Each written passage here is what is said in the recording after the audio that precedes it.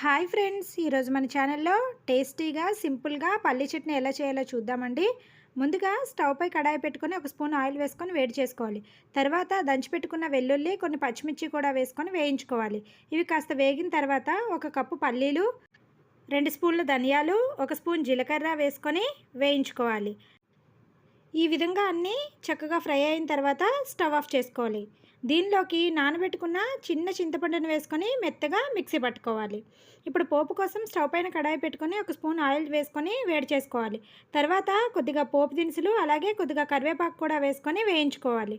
పోపు కూడా చక్కగా వేగిన తర్వాత దాన్ని మనం ముందుగా మిక్సీ పట్టుకున్న చట్నీలోకి యాడ్ చేసుకొని మిక్స్ చేసుకోవాలి.